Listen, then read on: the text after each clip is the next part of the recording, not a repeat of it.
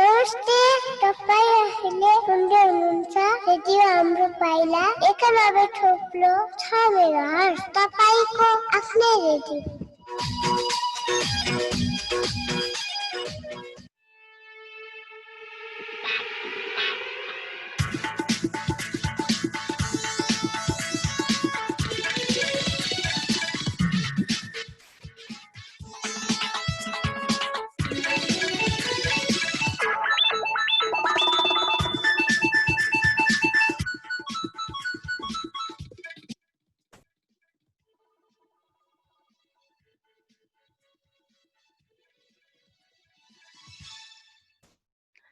नमस्कार, दिउँसो 1 बजेको कर्णाली र कर्णाली आसपासमा प्रसारण हुने स्थानीय खबरहरूको सङ्गालो पाइला न्युजिल्यान्डमा तपाईँलाई हार्दिक स्वागत छ। म सपना ओली। पाइला न्युजिल्यान्ड सुरु गरौँ अहिलेसम्मका मुख्य खबरका शीर्षकहरूबाट। जाजरकोटको जुनिचाँदे गाउँपालिकाले छोरी जन्मिए 10,000 दिने घोषणा। जाजरकोटमा पानी लगातार परेपछि कृषकहरूलाई शास्ति।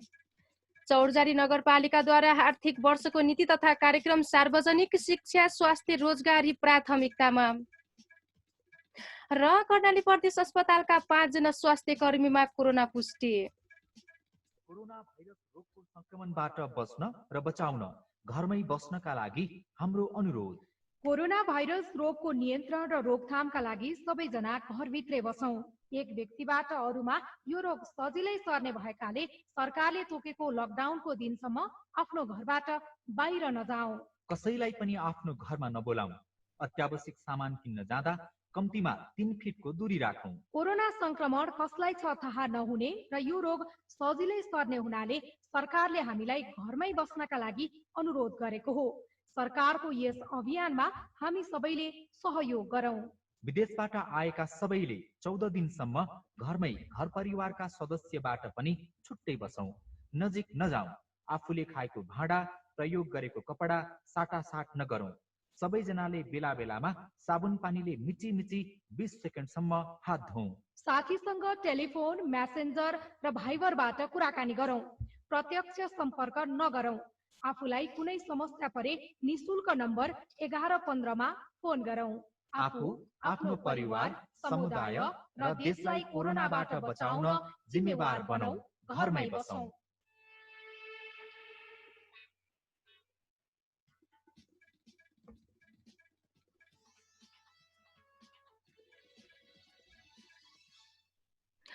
पाइला न्युजिल्यान्ड सुरु गरौँ। सबैभन्दा पहिला जाजरकोटको जुनिचाँदे गाउँपालिकाले छोरी जन्मिएको परिवारलाई रु 10,000 दिने घोषणा गरेको प्रसङ्गबाट। जाजरकोटको जुनिचाँदे गाउँपालिकाले छोरी जन्मिएका घरलाई रु 10,000 दिने भएको छ। गाउँपालिकाले रु 20 लाख विनियोजन गरी र छोरी जन्मिएको घरलाई रु 10,000 का दरले उपलब्ध गराउँदै आएको छ। छोरी बचाऊ, छोरी पढाऊ र छोरी बढाऊ भन्ने कार्यक्रम गरी छोरी जन्मिएको घरमा रु 10,000 रकम दिँदै आएको कार्यवाहक अध्यक्ष शिवा आचार्यले जानकारी दिनुभयो। छोरीप्रति हेर्ने दृष्टिकोण बदल्नका लागि यो कार्यक्रम लागू गरिएको प्रमुख प्रशासकीय अधिकृत सर्वदल शाहीले जानकारी दिनुभयो। यो कार्यक्रम लागू भएसँगै छोरी जन्मिने बित्तिकै हेला गर्ने प्रवृत्ति हत्तै घटेको समेत उहाँले बताउनुभयो। राज्यले नै छोरीप्रति सम्मान गर्दा हामीले किन हेपाहा प्रवृत्ति देखाउने भन्दै स्थानीयवासी आफूहरूले गलत दृष्टिकोण राखेको गाउँपालिका 5 का पदम खड्काले बताउनुभयो। जुनिचाँदे गाउँपालिका 2 की सिर्जना शाही सुत्केरी भएको हप्ता दिन नबित्दै गाउँपालिकाका कार्यवाहक अध्यक्ष शिवा आचार्य उहाँको घर दैलोमा पुगी सिर्जनको परिवारलाई 10,000 रकम दिनुभएको थियो। गाउँपालिकाको कार्यालय र गाउँमा औपचारिक कार्यक्रममा मात्र भेटिने कार्यवाहक अध्यक्ष आचार्य घरमै पुगेर सन्चो बिसन्चो सोध्दै परिवारका सबैलाई सँगै राखेर सुरक्षित सुत्केरी तथा नियमित गर्भजातका विषयमा चासो चिन्ता लिँदा गाउँलेवासीहरू दङ्ग भएको बताइएको छ। गाउँपालिकाका कार्यवाहक अध्यक्ष आएर सबै परिवारलाई सँगै राखेर नियमित अस्पताल जाने, बच्चाको स्याहार सुसारका विषयमा कुरा गर्नुभएको उहाँले बताउँदै सुत्केरी भएको समयमा पर्ने समस्याका बारेमा श्रीमान तथा अन्य घर परिवारका सदस्यलाई जानकारी दिनुभएको सिर्जनाले बताउनु भएको छ।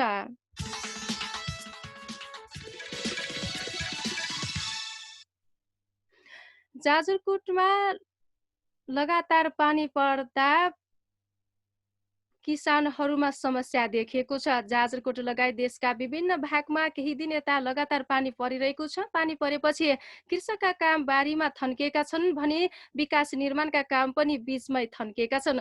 नेपालमा मनसुन सुरु भएसँगै पानी पर्ने क्रम निरन्तर बढेको छ। वर्षायाममा कृषकका लागि मानु छरेर मुरी फलाउने सपना बोकेर अबका दिनमा धान रोपाई पनि कतिपय ठाउँमा सकिसकेको छ भने कतिपय स्थानमा रोपाईको काम सुरु भएको छ। तर नियमित पानी परिरहेकाले कृषकका बारीमा बाँकी काम पनि त्यसै रहेको भेरी नगरपालिका 1 का दलबहादुर खत्रीले बताउनुभयो। यो समयमा धानको बिउ रोप्ने आवश्यक रोग किराबाट सावधानी अपनाउनु पर्ने बेला हो। तर बारीमा लगाएका विभिन्न बालीहरू फौजी किराको आक्रमणले गर्दा सबै विनाशको क्रममा छ। उत्पादन गर्न जोड दिए पनि विभिन्न समस्याहरू आउने गरेको उहाँले बताउनुभयो। केही दिन अघि देशको पूर्वी भूभागमा हुँदै प्रवेश गरेको मनसुन देशभर सक्रिय भएको छ। मौसम पूर्वानुमान महाशाखाले मनसुन सक्रिय भएसँगै केही दिन वर्षाको सम्भावना रहेकाले बाढी पहिरोबाट जोगिन आवश्यक सतर्कता अपनाउन आग्रह गरेको छ। यस वर्ष जुन 12 जेठ 30 गते नेपालको पूर्वी भूभाग हुँदै मनसुन भित्रिएको थियो।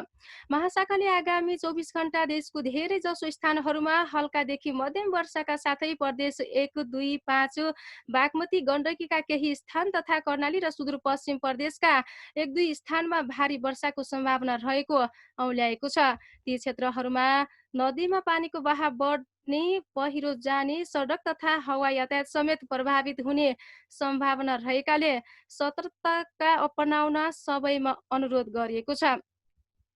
मौसमविद विभूति पोखरेलका अनुसार सुदूरपश्चिम प्रदेशका केही स्थानमा पश्चिमी वायुको प्रभाव र अन्य भूभागमा मनसुनी वायुको असर रहेको छ।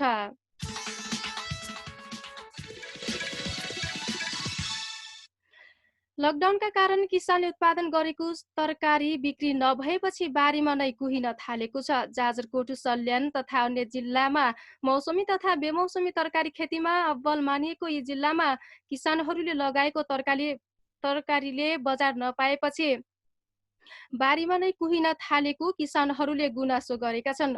जिल्लाको बागचौर नगरपालिका 2 थारबारे सल्यानमा रहेको थारमारे कृषि सहकारी संस्थामा आबद्ध किसानहरूले उत्पादन गरेको तरकारी लामो समयसम्मको लकडाउनका कारण बारीमा नै कुहिन थालेको छ।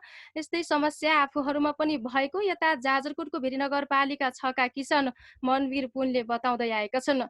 1 वर्षमा 3 सिजन तरकारी उत्पादन गर्दै आएका छौँ। यसले सरकारीलाई आर्थिक रूपमा बलियो बनाएको छ। यस वर्ष भने लकडाउनका कारण तरकारी खरिद गर्न बाहिरबाट कोही पनि आएका छैनन्, जसका कारण तरकारी बिक्री भएको छैन, बारीमा नै कुहिन थालेको छ। यस वर्ष तरकारीले बजार नै नपाएको किसानहरू बताउँदै आएका छन्।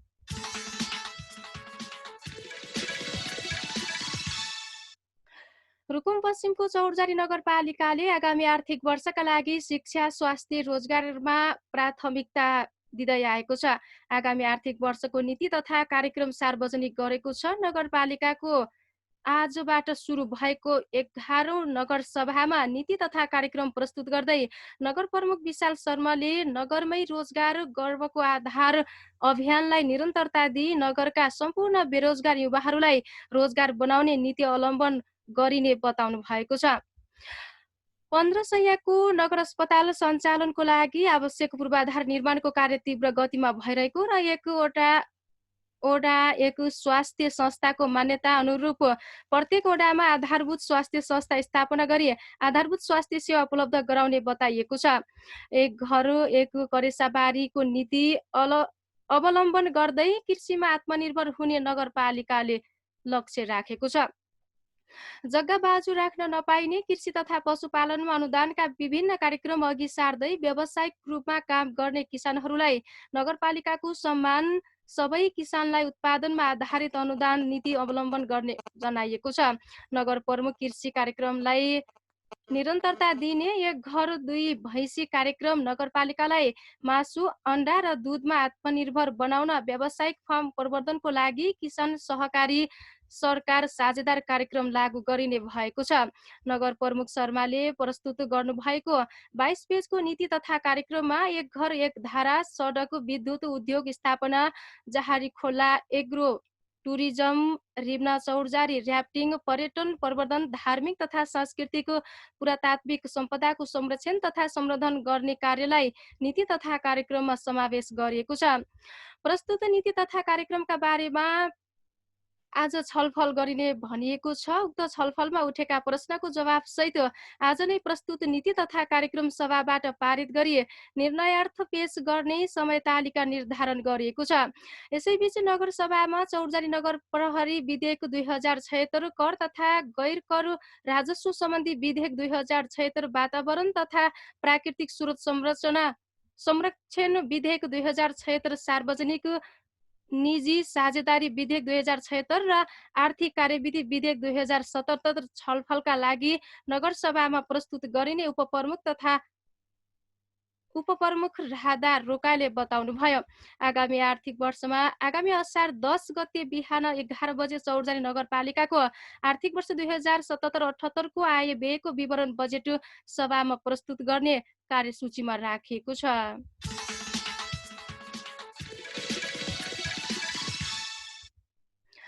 कर्णाली प्रदेश अस्पताल सुर्खेतमा कार्यरत 5 जना स्वास्थ्य कर्मीमा कोरोना पोजिटिभ देखिएको छ। गत जेठ 31 र 32 गतेदेखि असार 3 गतेसम्म प्रदेश अस्पतालको आकस्मिक कक्षमा उपचार गराइरहेका 3 जना बिरामीमा कोरोना पोजिटिभ देखिएपछि उनीहरूको उपचारमा संलग्न 42 जना स्वास्थ्य कर्मीलाई क्वारेन्टिनमा राखिएको थियो। क्वारेन्टिनमा राखिएका 42 जना मध्ये 5 जनालाई कोरोना पोजिटिभ देखिएको प्रदेश अस्पतालका निर्देशक डाक्टर डमर खड्गाले जानकारी दिनुभयो। उहाँका अनुसार उनीहरू सबैलाई प्रदेश अस्पतालको आइसोलेसनमा राखेर उपचार गराइरहेको छ। गत जेठ 31 र 32 गते दैलेखका 2 जना र सुर्खेतका 1 जना बिरामीलाई प्रदेश अस्पतालको आकस्मिक कक्षमा राखेर उपचार भइरहेको थियो। ती मध्ये दैलेखबाट आएका 1 जना बिरामी टिबीको दीर्घ रोगी थिए भने दैलेखका 1 जना र सुर्खेतका 1 जनाले विष सेवन गरेका कारण उनीहरूलाई आकस्मिक कक्षमा राखेर उपचार गराइएको थियो। सबै बिरामी सदरमुकाम समुदाय स्तरबाट आएकोले कसैले पनि उनीहरू कोरोना संक्रमित छन् भन्ने शंका नलिई आकस्मिक कक्षमा उपचार गराइएको थियो। कोरोना संक्रमितको शंका नगरेकै कारण उनीहरूलाई 3 दिनसम्म नजिकबाट स्वास्थ्य कर्मीहरूले उनीहरूको हेरचाह गरे। जब उनीहरूमा कोरोनाको लक्षण देखिन थाल्यो त्यसपछि ती बिरामीहरूको पीसीआर चेक गराइयो। असार 3 गते उनीहरूको पीसीआर रिपोर्ट कोरोना पोजिटिभ देखिएको थियो।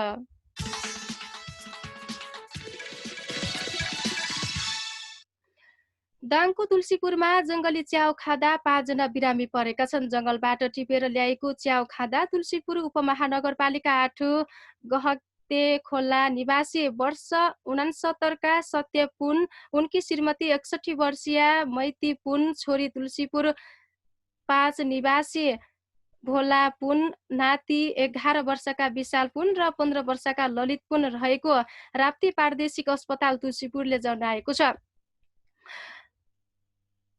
हिजो खाएर सुतेकाले कसैलाई थाहा नभएकोले आज स्वास्थ्यमा समस्या आएपछि उनीहरूलाई आज बिहान 8 बजेतिर अस्पताल ल्याएको थियो। छोरी र नातिहरू पाहुन पर्न गएको बुझिएको छ। अहिले बिरामी मध्ये सत्य पुन, मैती पुन र भोला पुनको अवस्था मध्ये रहेको छ भने 2 जनाको सामान्य रहेको छ।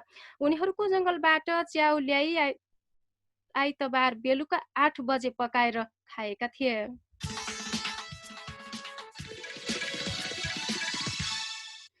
र कर्णाली प्रदेशमा थप 11 जनामा कोरोना संक्रमण पुष्टि भएको छ। भारतबाट दिन प्रतिदिन कर्णालीमा आउने नागरिकहरूको संख्या बढेसँगै संक्रमितको संख्या निरन्तर बढ्दै गएको छ।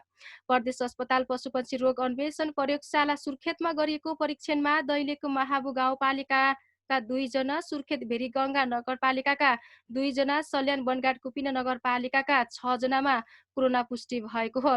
यस्तै राप्ती स्वास्थ्य प्रतिष्ठान दाङमा गरिएको पीसीआर परीक्षणमा रुकुम पश्चिम मुसिकोट नगरपालिकाका 1 जनामा कोरोना पुष्टि भएको सामाजिक विकास मन्त्रालय स्वास्थ्य सेवा महाशाखाका प्रमुख डाक्टर लक्ष्मी नारायण तिवारीले बताउनुभयो। कर्णालीमा संक्रमितको संख्या 1256 जना पुगेको छ। यस्तै कोभिड-19 संक्रमण निको भई डिस्चार्ज हुनेको संख्या 531 पुगेको छ। संक्रमित पुष्टि मध्ये मृत्यु हुनेको संख्या 4 रहेको छ।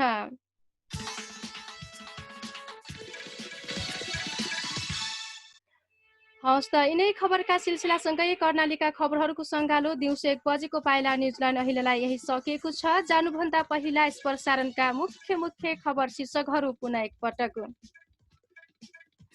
जाजरकोटको जुनिचाँदे गाउँपालिकाले छोरी जन्मिएकालाई 10,000 दिने घोषणा। जाजरकोटमा पानी लगातार परेपछि कृषकलाई शास्ति। चौरजहारी नगरपालिकाद्वारा आर्थिक वर्षको नीति तथा कार्यक्रम सार्वजनिक। शिक्षा स्वास्थ्य रोजगारीमा प्राथमिकता। र कर्णाली प्रदेश अस्पतालका 5 जना स्वास्थ्यकर्मीमा कोरोना पुष्टि। यिनै मुख्य खबर शीर्षकको सिलसिलासँगै दिउँसो 1 बजेको पाइला न्युजल्यान्डबाट विश्राम लिन्छौँ। हाम्रो भेटहरूको समाचार बुलेटिनमा हुने नै छ। पाइला न्युजल्यान्ड सुन्नुभएकोमा तपाईँलाई धन्यवाद र धन्यवाद प्रविधिका प्रेम बेसीलाई। तबसम्मका लागि म सपना ओली पनि बिदा हुने अनुमति चाहन्छु। तपाईँ भने रेडियो हाम्रो पाइला सँगै रहनुहोला। नमस्कार।